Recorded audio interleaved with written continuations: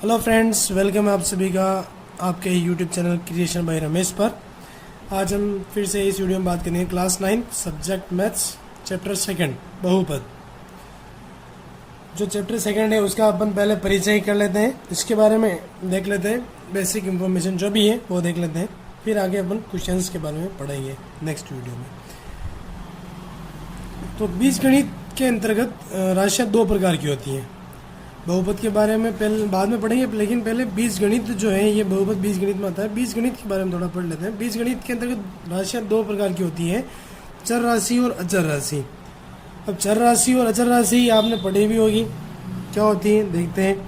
चर राशियाँ जो होती हैं वह राशियाँ जिनका मान अनिश्चित होता है, वह राशि जिनका मान कोई निश्चित नहीं होता है, फिक्स नहीं होता है, वरना चर राशि कहते हैं। जैसे ABCD XYZ कुछ भी आप ले सकते हो, इन इंग्लिश के जो अल्फ़ाबेट होते हैं स्मॉल वाले वो।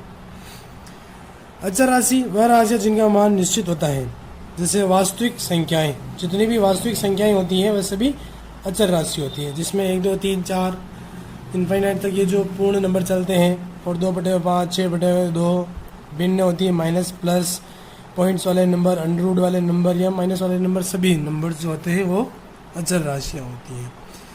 फिर हम पढ़ेंगे बीजीय व्यंजक। बीजीय व्यंजक चर अचर तथा संक्रियाओं के प्रयोग से बनने वाले व्यंजकों को बीजीय व्यंजक कहते हैं। अब बीजीय व्यंजक किस प्रकार का होता है, जिसमें चर भी होना चाहिए, अचर भी होना चाहिए, और संक्रियाओं का मतलब जोड़ बाकी, क्या होनी चाहिए, जोड़ और बाकी। और चर और अचर का मतलब होता है ABCD या XYZ कोई भी एक अल्फ़ाबेट, और अचर का मतलब कोई भी एक नंबर। जैसे एग्जाम्पल के लिए बात करें तो जैसे ये लिया मैंने एक अचर संख्या ली, और यहाँ पर मैं एक चर संख्या ले लूँगा, तो मैंने ले लिया x, और संक्रिया का मतलब होता है प्लस माइनस, ये दो मैंने प्लस और यहाँ पर कर दिया 1, 3x + 1। ये क्या एक बीजीय व्यंजक है, क्या है बीजीय व्यंजक। नेक्स्ट बात करते हैं बीजीय व्यंजकों के पदों तथा गुणनखंड का निर्माण। अब गुणनखंड कैसे क्या करना है उनकी बात कर लेते हैं। तो एक इक्वेशन की बात करते हैं अपन, x² + x - के 12। इस इक्वेशन की बात करते हैं, इस समीकरण की बात करेंगे अपन, बीजीय व्यंजक की बात करेंगे। तो इसमें x² का जो भी गुणांक होता है, यहाँ पर कुछ नहीं है तो क्या है, 1 है, क्या है 1। तो ये लिया अपन 1। जो अचर संख्या होती है वो क्या है, 12, क्या है 12। इन दोनों का मल्टीपल, इन दोनों का क्या होना चाहिए, गुणा। कितना आंसर आता है, 12। अब यहाँ पर x के जो ऐसे टुकड़े करने हैं आपको कि जोड़ने और घटाने पर तो आपके यहाँ पर 1 आना चाहिए, और उन दोनों संख्याओं को गुणा करने पर क्या आना चाहिए, 12 आना चाहिए, क्या आना चाहिए, 12 आना चाहिए। तो देखते हैं, अब मैं यहाँ पर x के आगे कुछ नहीं है तो मैं यहाँ पर 1 लगा सकता हूँ। इस 1 के ऊपर को क्या करना है, टुकड़े करने हैं। तो मैं यहाँ पर ले लेता हूँ 4 - 3। 4 में से 3 को माइनस करेंगे तो कितना बचेगा, 1 बचा, और 4 × 3 करते हैं तो कितना आता है, 12 आता है। ठीक है, अब करते हैं यहाँ पर गुणनखंड, x² + 4 - 3 x - 12, x² + 4x - 3x is -12। इस x को अंदर मल्टीप्लाई करेंगे तो 4x - 3x, ठीक है। x यहाँ से मैंने कॉमन लिया, x² और 4x से मैंने क्या कॉमन लिया, x। अब x कॉमन कैसे लेते हैं तो यहाँ थोड़ा ध्यान से देखना, कॉमन का मतलब होता है भाग देना। तो मैंने x² में x का भाग दिया, तो ये x से ये स्क्वायर कट जाएगा, क्या बचा, ओनली 4x बचा। फिर इस 4x में से इस x को कॉमन निकाला, तो अपन ने x का भाग दिया इसके अंदर, x से x कट जाएगा, कितना बचा, 4 + के 4। अब यहाँ से मैं -3 को कॉमन निकालूंगा, क्योंकि अपन को ब्रैकेट चाहिए सेम ऐसा का ऐसा ही, x + 4। तो -3 को मैंने कॉमन निकाला, तो -3 को कॉमन निकालेंगे तो -3x / -3, माइनस से माइनस कट जाएगा और 3 से 3 कट जाएगा, क्या बचा, ओनली 4x बचा। सेम कंडीशन यही रहेगी, -12 में भाग देंगे, -3 का माइनस से माइनस कट जाएगा, 3 × 3 3 × 4 12, ठीक है। तो यहाँ पर कितना आंसर आया, +4। फिर माइनस तो कट चुका है, माइनस नहीं बचा है, तो क्या बचा है, ओनली 4 प्लस, तो ये +4। अब दोनों ही ब्रैकेट को इक्वल है, बराबर है, तो यहाँ पर से इस ब्रैकेट को अपन कॉमन निकाल लेंगे। तो x + 4 को मैंने कॉमन निकाला, तो यहाँ से क्या बचेगा, x - 3। ये होते हैं इक्वेशन के गुणनखंड। नेक्स्ट टॉपिक है अपना जो चैप्टर है बहुपद, उसी के बारे में बात करते हैं।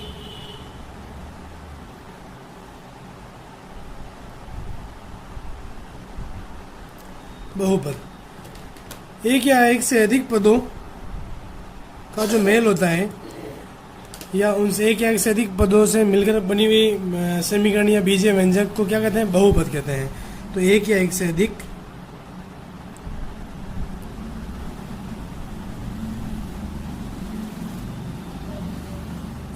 से अधिक पदों वाला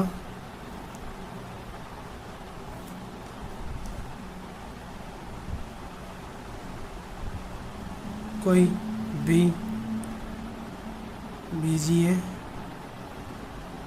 व्यंजक बहुपद कहलाता है।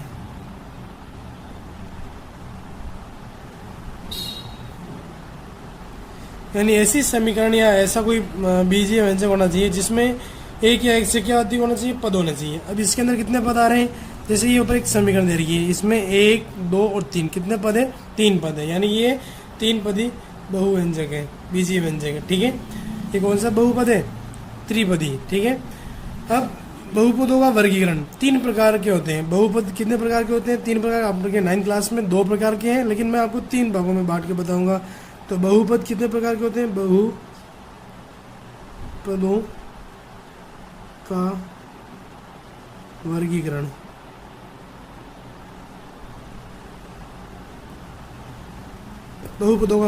बहुपद कितने प्रकार के होते हैं? तो बहुपद 3 प्रकार के होते हैं।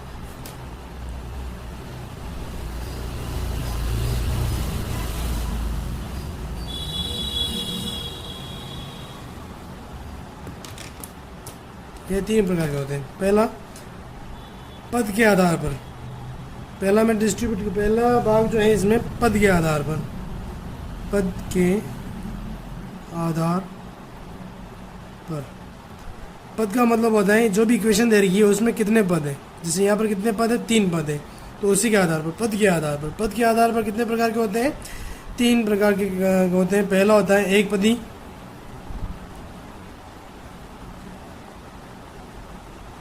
बहुपद। अब पद के आधार पर पहला हो गया एक पदी बहुपद। एक पदी बहुपद का मतलब होता है,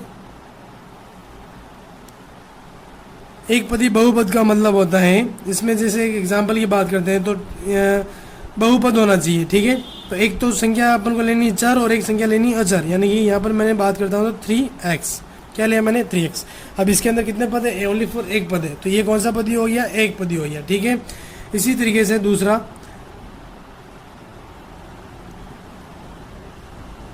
द्विपदी बहुपद। द्विपदी बहुपद है। अब द्विपदी बहुपद के अंदर नाम से पता चल रहा है कि 2 पद होंगे, तो 2 पद कोई सा भी ले सकते हो, जैसे कि 3x² + 4। ठीक है, और एक्स्ट्रा ले लेते हैं 3x² + 4x, और ले लेते हैं 5x² + 6। इस तरीके से जो जितनी भी इक्वेशंस होती है जिसमें 2 पद होते हैं, 1 और 2, 1 और 2, 1 और 2, ये जितने भी 2 पद वाली समीकरण होती हैं उन्हें द्विपदी बहुपद कहते हैं। कौन सा कहते हैं? द्विपदी बहुपद। फिर तीसरा है त्रिपदी बहुपद। यानी कि वह सभी बहुपद जिनके अंदर कितने पद होने चाहिए? 3 पद होने चाहिए। कितने होने चाहिए? 3 पद। तो एग्जाम्पल के लिए ले लेते हैं यहाँ पर 3x² + 3x + 15, 2x² + 4x + 6। इस प्रकार की जितनी भी समीकरण होती हैं जिनमें 3 पद होते हैं उन्हें कहते हैं त्रिपदी। ठीक है, इनके शून्यांक भी निकालने हैं, वो अपन बाद में निकालेंगे। तो पहले एक पद तो पहला भाग तो हो गया पद के आधार पर, दूसरा होता है घात के आधार पर।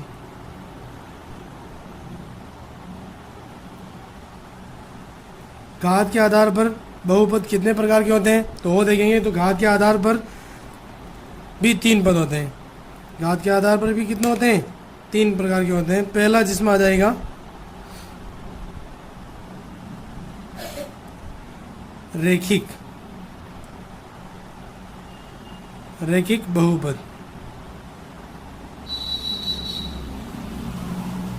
रैखिक बहुपद। पहला कौन सा हो जाएगा? रैखिक बहुपद। रैखिक बहुपद का मतलब होता है ऐसा बहुपद जिसकी जो चर जो होता है जिसके अंदर, उसकी घात कितनी होनी चाहिए? 1 होनी चाहिए। चर की घात कितनी होनी चाहिए?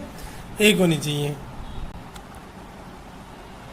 जैसे एग्जाम्पल की बात करें तो 3x + 1, ये किस प्रकार का उदाहरण है? रैखिक बहुपद का उदाहरण है।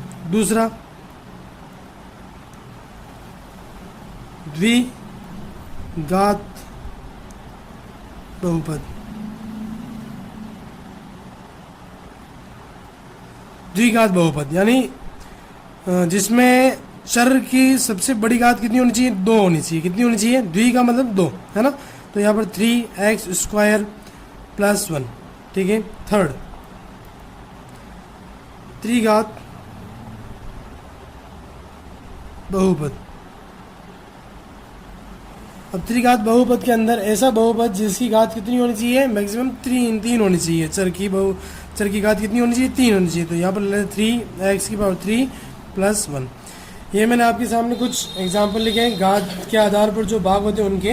पहला रैखिक बहुपद जिसमें होता है जो चर संख्या होती है उसकी मैक्सिमम पावर कितनी होनी चाहिए? 1 होनी चाहिए। द्विघात में 2 और त्रिघात में 3। तो ये बहुपदों का वर्गीकरण पहला तो अपन ने किया पद के आधार पर, दूसरा किया अपन ने घात के आधार पर, तीसरा होगा आपके चर के आधार पर। किसके आधार पर? चर के आधार पर। तो तीसरा देख लेते हैं अपन।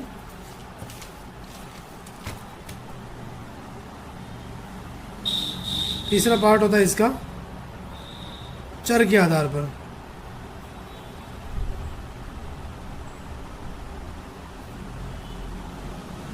अब चर के आधार पर ये कितना प्रकार के होते हैं? तो चर के आधार पर भी ये 3 प्रकार के होते हैं। पहला एक चर के बहुपद। अब एक चर के बहुपद का मतलब होता है ऐसे बहुपद या ऐसी समीकरण जिनके अंदर एक ही प्रकार के चर होते हैं। एक ही प्रकार के क्या होते हैं? चर होते हैं। उन्हें एक चर के बहुपद कहते हैं। वह सभी बहुपद जिनमें सभी चर क्या हो? समान हो, उसे एक चर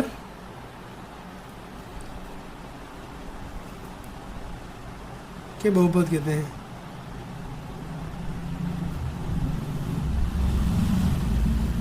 जैसे एग्जाम्पल की बात करें तो जैसे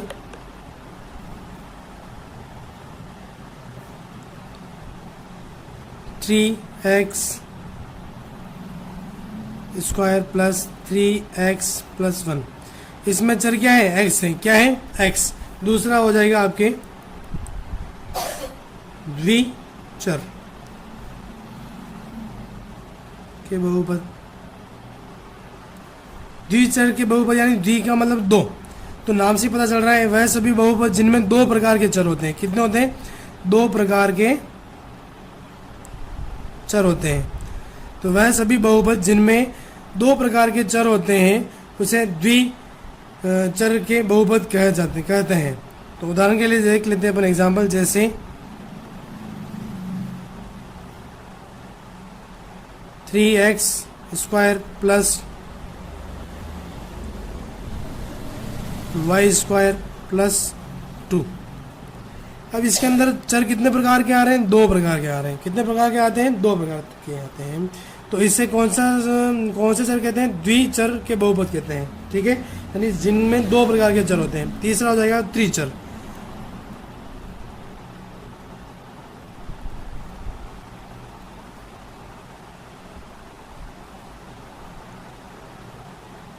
त्रिचर के बहुपद। अब 3 से ही पता चल रहा है 3, यानी ऐसे बहुपद या ऐसी समीकरण जिसके अंदर 3 अलग अलग प्रकार के चर हो। 3 अलग अलग प्रकार के क्या हो? 3 प्रकार के चर हो। ठीक है, तो उन्हें कौन सी समीकरण कहते हैं? त्रिचर के बहुपद या त्रिचर की समीकरण कहते हैं। ठीक है, तो एग्जाम्पल के लिए बात कर लेते हैं। जैसे 5x y z। अब इसके अंदर कितना आ रहे हैं? 3 प्रकार के चर आ रहे हैं। कितने प्रकार के चर आ रहे हैं? 3 प्रकार के। तो ये क्या हो जाएगा, त्रिचर के बहुपद हो जाएंगे। फिर अचर बहुपद, अब ये तो हो गई चर बहुपद, जितने भी बहुपद थे उनके प्रकार की बात हो गई। अब अपन बात करते हैं अचर बहुपद की बात करते हैं। ये चर प्रकार के थे, चर थे। अब अपन कौन सी बात करेंगे, अचर, जो अचर बहुपद होते हैं उनकी बात करेंगे। तो नेक्स्ट है अचर बहुपद। चर पदों की बात कर ली गई है, अब अपन बात करेंगे अचर पदों की। अब अचर पद के जो बहुपद होते हैं उनमें वह किस प्रकार के होते हैं, तो वह सभी बहुपद जिनमें चर नहीं होता है, वह सभी बहुपद जिनमें चर नहीं होता है उसे अचर बहुपद कहते हैं। वह सभी बहुपद जिनमें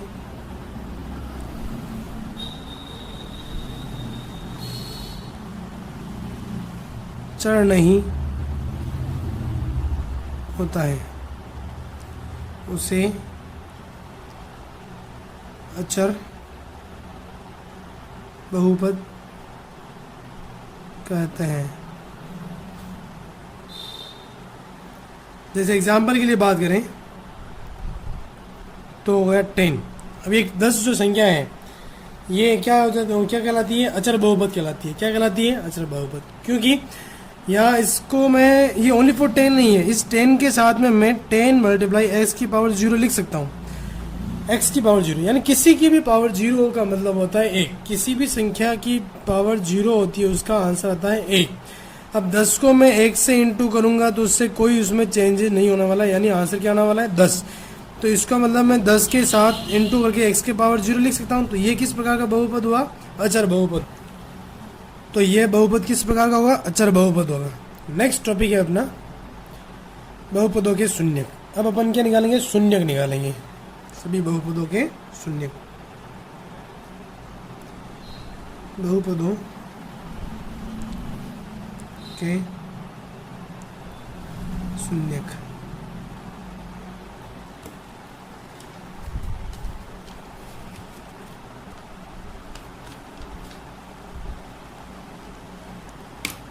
अब बहुपदों के शून्यक की बात कर लेते हैं।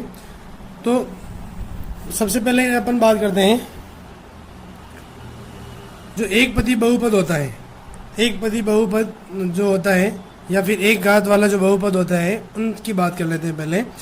तो जैसे मैं यहाँ पर एक एग्जांपल लेता हूँ आपके लिए, 6x। अभी ये जो 6x है इसको इक्वल्स टू करना पड़ता है 0 के, तो x की वैल्यू कितनी आ जाएगी, 0.6। ठीक है, तो आंसर कितना है 0। ये क्या है, शून्य के, x का शून्य कितना हो गया 0। यहाँ पर एक और एग्जांपल ले लेते हैं, 6x + 1 इक्वल्स टू 0। 0 के बराबर करना है, शून्य निकालना है, यानी 0 के बराबर करना पड़ेगा। तो 6x इक्वल्स टू 1 को पक्षांतर करेंगे तो किधर आने के बाद क्या हो जाएगा, -1 हो जाएगा। तो x की वैल्यू चाहिए तो x इक्वल्स टू -1/6। ठीक है, ये दूसरा एग्जाम्पल हो गया आपके लिए। अब बात करते हैं द्विघाती बहुपद के शून्यक। ये तो एक घात वाले हो गए, अब द्विघात वाले बहुपद की अपन शून्य की बात करते हैं। तो ये हो गया आपके रैखिक बहुपद के एग्जाम्पल हो गए, ये रैखिक बहुपद के एग्जाम्पल है। और अपन बात करेंगे अब द्विघात।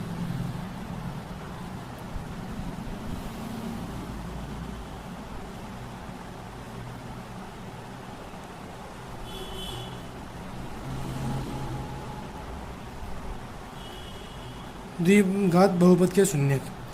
तो यहाँ पर एक कोई सी भी इक्वेशन लेनी है जिसकी मैक्सिमम पावर कितनी होती है, 2 होती है। तो यहाँ एक नंबर की मैं बात कर लेता हूँ, जैसे इक्वेशन की बात करता हूँ, 6x² + 17x + 5। ठीक है, अब यहाँ पर पहले तो अपन को करने पड़ेंगे इस 17 के गुणनखंड।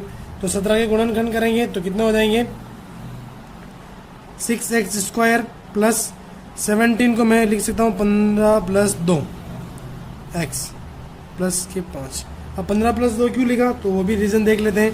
6 और 5 को मल्टीप्लाई करेंगे, 6 × 5 यानी x² का गुणांक और एक जो अचर संख्या होती है उन दोनों गुणा करने पर जो आंसर आता है कितना आता है, 30 आता है। 6 × 5 = 30। ठीक है, अब ये जो 17 है अपने पास, x का गुणांक क्या है, 17। अब इस 17 के ऐसे टुकड़े करने हैं जिनको जोड़ने पर या घटाने पर 17 आना चाहिए और उनको मल्टीप्लाई करने पर 30 आना चाहिए, जो आप 2 नंबर लोगे। तो मैंने 2 नंबर कौन से लिए, 15 और 2। यानी दोनों को जोड़ूंगा तो कितने होते हैं 15 और 2 17, और 15 और 2 को क्या करूँगा गुणा करूँगा तो 15 दूना 30। यानी अपन ने जो उसके गुणनखंड लिए हैं या गुणनखंड लिए हैं वो क्या है एकदम सही है। आगे बात करते हैं अपन, इस x को अंदर मल्टीप्लाई करना पड़ेगा तो 6x² plus 15x plus 2x plus 5। अब यहाँ से मैं इस x को कॉमन निकालूंगा तो x को कॉमन तो मैंने निकाल लिया, लेकिन 6 और 15 में से 3 और कॉमन निकलता है, तो यानी कि 3x को कॉमन निकालेंगे। किसको कॉमन निकालेंगे 3x। अब 3x को कॉमन निकालेंगे, कॉमन कैसे निकालता हूँ मैंने निकालते हैं वो पहले भी बता दिया, लेकिन वापस बता देता हूँ। 6x² जिसमें से कॉमन निकाल रहे हैं उसमें क्या करते हैं भाग देते हैं, डिवाइड करते हैं, जिसमें से जिस संख्या कॉमन निकाल रहे हैं उसका डिवाइड उससे डिवाइड करते हैं। तो x से स्क्वायर कट जाएगा, 3 1 3, 3 2 6, कितना आंसर आया 2x। कितना आया 2x। तो यहाँ पर क्या आ जाएगा 2x प्लस है तो प्लस। अब 15x में से निकालते हैं अपन 3x को, x से x कट जाएगा और 3 एकम 3, 3 5 15, कितनी बार कटा 5 बार, यानी यहाँ कितना आंसर है 5 आएगा। अब यहाँ पर देखो ऑलरेडी 2x प्लस 5 दे रखा और अपना जो ब्रैकेट है वो भी क्या है 2x प्लस 5 है। अब अपन यहाँ से क्या कॉमन निकालें, तो आपको याद होगा एक को किसी भी संख्या से गुणा करें या भाग करें कोई फर्क नहीं पड़ता, लेकिन अपन को या तो यहाँ गुणा करना है। तो एक को मैं 2x से इंटू करूँगा और इस एक को मैं 5 से इंटू करूँगा, कोई फर्क पड़ता है क्या, 5 1 से 5 भी आएगा, और 2x को 1 से इंटू करूँगा तो अभी वापिस 2x आएगा। तो मैं यहाँ से क्या क्या कॉमन निकाल सकता हूँ, इस एक को कॉमन निकाल सकता हूँ। किसको कॉमन निकालेंगे, एक को, प्लस का एक, कोष्टक में क्या बच जाएगा 2x प्लस 5।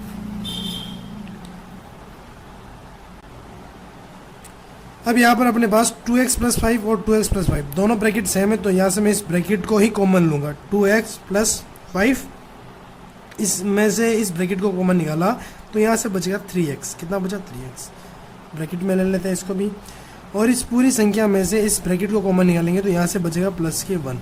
अब अपने पास दो समीकरण आ चुकी हैं।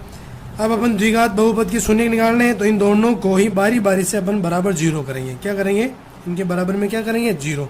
तो मैं इसको इधर सोल्व कर रहा हूँ, 2x प्लस 5 बराबर 0।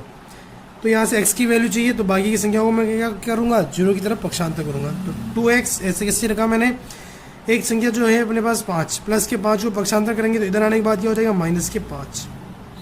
ठीक है, अब माइनस के 5 हो गए। अब x का मान चाहिए तो x बराबर माइनस के 5/2। पहला शून्य क्या आया माइनस के 5/2।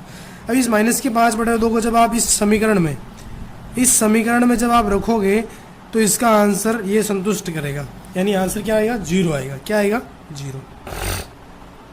दूसरा जो कोष्टक है उसका शून्य निकालते हैं अपन, 3x प्लस 1 बराबर 0।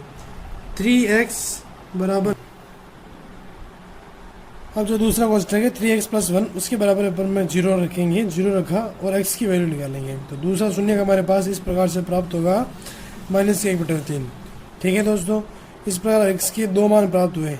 कितने हुए 2, एक तो हुआ -5/2 और दूसरा -1/3। अब उत्तर की जांच के लिए बारी बारी से इन दोनों मानों को आप जब इस समीकरण में जिसके अपन ने शून्य निकाले हैं इसमें रखोगे तो ये दोनों ही मान बारी बारी से जब रखोगे तो इस समीकरण का मान कितना आएगा 0 आएगा। अगर 0 नहीं आता है तो इसका मतलब ये आंसर क्या है अपने गलत है, अगर 0 आ जाता है तो इसका मतलब ये आंसर क्या है सही है। तो सॉल्व करते हैं। तो इक्वेशन है हमारी 6x² प्लस 17x प्लस 5। अब जहाँ जहाँ x है वहाँ x की एक वैल्यू मैं रख रहा हूँ -5.2। तो 6 bracket -5.2 bracket close square plus 17 bracket -5.2 bracket close plus 5। ठीक है, यहाँ x का स्क्वायर था तो अपन ने भी यहाँ स्क्वायर कर दिया, यहाँ कुछ नहीं है, पावर घात एक, तो यहाँ पर भी एक ही है। ठीक है, और एक को लिखा नहीं जाता है। अब 6 तो ऐसे कैसे ही रहेगा। अब ये -5/2 का स्क्वायर है, इस पूरे भिन्न का स्क्वायर है, तो स्क्वायर कैसे होगा, 5 का स्क्वायर होता है 25 और 2 का स्क्वायर होता है 4 और माइनस का स्क्वायर प्लस। ठीक है, तो यहाँ बीच में या तो आप इंटू लगा लो या फिर से ब्रैकेट लगा लो, मैं यहाँ इंटू लगा रहा हूँ। प्लस इंटू माइनस क्या हो जाता है, प्लस इंटू माइनस माइनस हो जाएगा, और 17 और 5 को आप इंटू करोगे तो आएगा 85/2 प्लस के 5। 25 को और 6 को इंटू करेंगे तो आप क्या आएगा 150/4 -85/2 प्लस 5। 5 के नीचे कुछ नहीं है तो मैंने 1 लगा लिया क्योंकि एलसीएम लेना पड़ेगा, और तीनों का एलसीएम आता है 4। कितना आएगा 4। 4 का भाग 4 में तो एक बार जाता है, और 1 को 150 से इंटू करोगे तो 150 ही आंसर आता है। माइनस माइनस 2 का भाग 4 में दोगे, 4 में क्या दिया, 2 का भाग दोगे 2 बार जाता है, जो भी भागफल आता है उस 2 को 85 से क्या करेंगे, मल्टीप्लाई करेंगे। तो 85 इंटू 2 करेंगे तो कितना आएगा, 170। कितना आया, 170 प्लस 1 का भाग 4 में देंगे तो 4 बार जाता है, और 4 को 5 से इंटू करें तो 5 चौक 20। कितना है, 20 बराबर कितना आना चाहिए, 0 आना चाहिए। ठीक है, इस समीकरण के बराबर में यहाँ पर अपन ने क्या रखा, 0। अगर 0 बराबर 0 आ जाता है तो ये शून्य क्या होगा, संतुष्ट करता है। अब एलसीएम लेने के बाद अब अपन ऊपर वाली संख्याओं को, जो प्लस प्लस वाली संख्या उनको जोड़ेंगे और उसमें से माइनस वाली संख्याओं को घटा लेंगे। तो 150 और 20 दोनों संख्या प्लस की है तो 170 माइनस के 170 बटे हुए 4 बराबर 0। 170 में से 170 बचता है 0 बटे हुए 4 बराबर 0। जब 0 में किसी संख्या को भाग देते हैं तो आंसर क्या आता है, 0 बराबर 0। इसका मतलब x का जो मान आया था माइनस के 5 बटे हुए 2, वो क्या करता है, इस इक्वेशन को संतुष्ट करता है। ठीक है, तो इसी प्रकार जब x का जो दूसरा मान है आपके पास माइनस के 1/3, उसको भी जब आप इसी इक्वेशन में रखोगे और सोल्व करोगे तो आपके 0 बराबर 0 ही आंसर आएगा। अब चलते हैं नेक्स्ट टॉपिक की तरफ।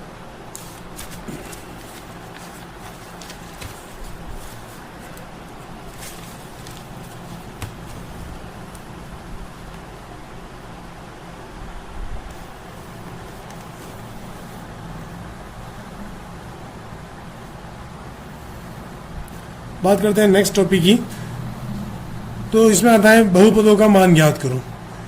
नेक्स्ट तुम्हारा टॉपिक जो आता है बहुपदों का मान ज्ञात करो।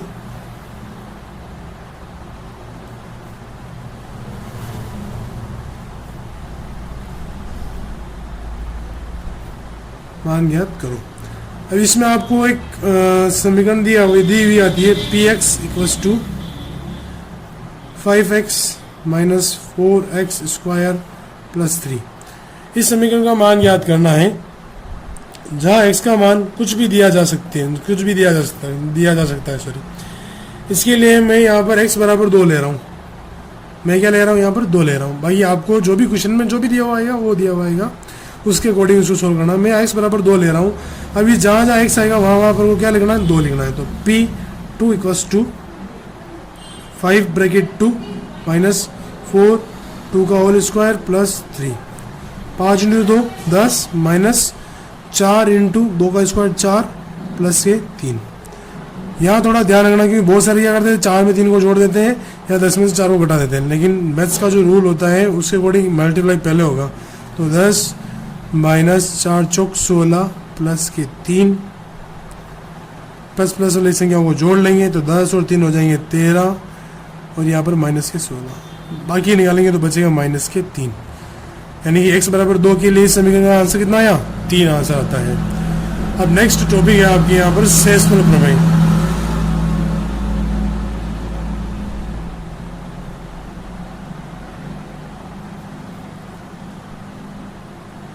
बहुत ही इंपॉर्टेंट टॉपिक है, तो थोड़ा ध्यान से समझे।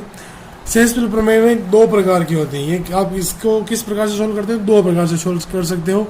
पहला तो जो तरीका होता है वो गुणनखंड विधि से होता है, और दूसरा जो तरीका होता है वो शेषफल विधि से होता है। ठीक है दोस्तों, पहला जो तरीका हो जाएगा वो आपके गुणनखंड विधि से, और दूसरा जो तरीका हो जाएगा आपके शेषफल विधि से।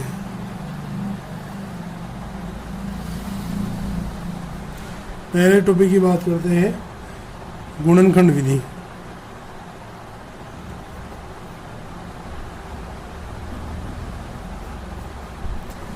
अब इसमें px और gx, px संख्या जो होती है वो px एक इक्वेशन दी हुई आएगी। जैसे मान लेते हैं यहाँ पर 3x square plus x plus 1, और gx दिया हुआ आता है, जैसे मान लो x प्लस 1।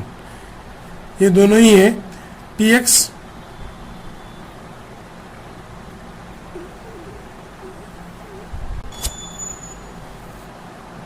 यहाँ px आपकी भाज्य संख्या होती है, और gx जो होती है वो भाजक होता है, यानी जिसका भाग दिया जाना है। अब जी एक्स का भाग देंगे पी एक्स के अंदर, तो जी एक्स है अपना यहाँ पर एक्स प्लस वन और पी एक्स है यहाँ से अपना 3x² plus x plus one. ठीक है, अब x प्लस वन का भाग देंगे इसके अंदर, तो x प्लस वन को इंटू करेंगे अपन यहाँ पर, अपन को यहाँ पर 3x करना है, इस x को क्या करना है 3x करना, ताकि मैं इस संख्या को काट सकूँ। तो मैं किससे इंटू करूँगा, इसको 3x से करूँगा। एक तो यहाँ कोई अचर पद नहीं है, लेकिन यहाँ एक अचर पद है 3, इसलिए 3 लिया मैंने, और इस x को x² में बदलने के लिए क्या लिया मैंने x। अब इसको इंटू करेंगे तो 3x प्लस 3x², कितना है, कितने टाइम डिवाइड किया अपन ने 3x टाइम, और कितना आंसर आया 3x² प्लस 3x। माइनस करेंगे, चिन्ह चेंज करेंगे। जब आप नॉर्मल भाग करते हो किसी संख्या में, तो भी आप क्या करते हो, माइनस करते हो। तो उसी तरीके से यहाँ मैं अगर माइनस करूँगा तो ये प्लस की संख्या माइनस में हो जाएगी, और इस माइनस से ये माइनस जैसे करेंगे तो ये पिछले वाला जो भी जितनी भी संख्याओं के चिन्ह होते हैं वो भी क्या हो जाते हैं, चेंज हो जाते हैं, अपोजिट हो जाते हैं। तो ये प्लस किस में बदल जाएगा, माइनस में। अब ये तो पूरा से पूरा कट गया। अब ये क्या है x, और ये क्या है माइनस के 3x। अब 3 में से 1 माइनस करेंगे तो कितना बचेगा 2, और ये क्या है x। ये बड़ी संख्या माइनस की, तो यहाँ पर भी क्या है माइनस, और ये प्लस का 1। ठीक है, अब इस x को वापस किस में कन्वर्ट करना है, 2x में कन्वर्ट करना है। तो x प्लस 1 को किससे मल्टीप्लाई करेंगे, 2 से मल्टीप्लाई करेंगे। तो 2 1 जा 2, और 2x को इससे 2 को x से मल्टीप्लाई करेंगे तो 2x। अब यहाँ पर चिन्ह कौन सा है लेना है उसका थोड़ा देखो, यहाँ पर ये प्लस का और ये माइनस का है। ठीक है, अगर मैं प्लस के 2 से ही मल्टीप्लाई करूँगा तो ये अपने पास आंसर आता है 2x प्लस 2। अगर मैं यहाँ पर लिखता हूँ 2x प्लस 2, जब माइनस करूँगा तो ये भी माइनस का, ये भी माइनस का, यानी ये कट नहीं सकता, ये 4x हो जाएगा माइनस का। इसलिए यहाँ पर माइनस के 2 से इसको क्या करेंगे, मल्टीप्लाई करेंगे। ठीक है, तो माइनस के 2 से मल्टीप्लाई करेंगे तो यहाँ पर क्या आएगा 2x माइनस 2, और ये भी किसका हो जाएगा, माइनस के 2 हो जाएंगे। तो ये माइनस के 2x और ये माइनस का 2। अब अपन क्या करेंगे, घटाएंगे, ऊपर वाले में से नीचे वाले को घटाते हैं। तो घटाने के लिए मैंने यहाँ जैसे माइनस लगाऊंगा तो माइनस इंटू माइनस क्या हो जाएगा, प्लस, और ये माइनस इंटू माइनस क्या हो जाएगा, प्लस। कैसे, तो देखो माइनस के 2x प्लस 1। ठीक है, इसमें से घटाना है माइनस के 2x माइनस के 2 को। घटाने के लिए मैंने लगा लिया माइनस, क्योंकि जब आप डिवाइड करते हो तो माइनस करते हो, घटाते हो ऊपर वाली संख्या में से नीचे वाली को। तो घटाएंगे तो आगे वाली संख्या पर इसका कोई इफेक्ट नहीं आएगा, तो माइनस की 2x प्लस का 1 एज इट इज रहेगा। ठीक है, लेकिन ये पीछे वाली संख्या, ये माइनस इंटू माइनस क्या हो जाता है, प्लस, और ये माइनस इंटू माइनस क्या हो जाता है, प्लस। तो ये 2x प्लस 2। ठीक है, अब 2x में से 2x कट जाएगा, और ये 1 और 2 कितना हो जाएंगे, 3। ये पूरा कट गया, और ये कितना आया 3, और कितने टाइम डिवाइड किया अपन ने, माइनस के 2 टाइम, तो ये माइनस के 2। ये तो हो गया आपकी भागफल विधि, जिसमें शेषफल कितना बचा, 3 बचा है। ठीक है, सॉरी गुणनखंड विधि हो गई। अब अपन करेंगे शेषफल विधि से, किससे,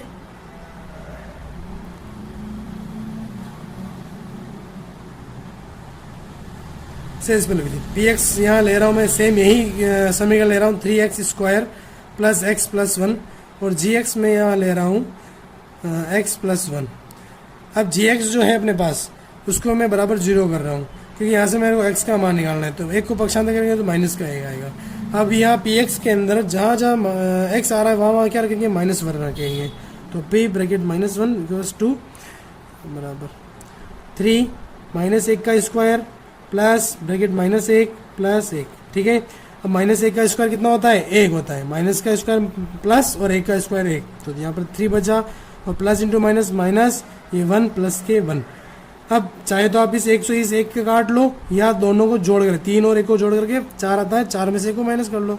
तो जैसे ही आप ये मैंने -1 से प्लस 1 काट लिया, आंसर बचा यहाँ पर 3। ठीक है, शेषफल यहाँ पर भी क्या बचा 3, और यहाँ पर भी क्या बचा 3। ये आपके हो चुका है शेषफल जो विधि थी, प्रमेय विधि थी, वो दोनों बता दी मैंने, गुणनखंड से भी बता दी और शेषफल विधि से भी बता दी है मैंने। ठीक है, अब आपके कुछ इम्पोर्टेंट इस चैप्टर के जो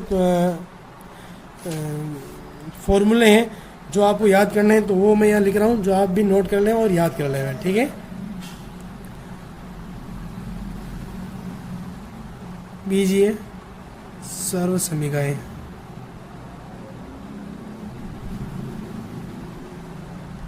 ये कुछ सर्व समीकरण लिख रहा हूँ मैं। पहली, a प्लस बी का होल स्क्वायर बराबर a² plus 2ab plus b²। दूसरी है a माइनस बी का होल स्क्वायर बराबर a² minus 2ab plus b²। तीसरी है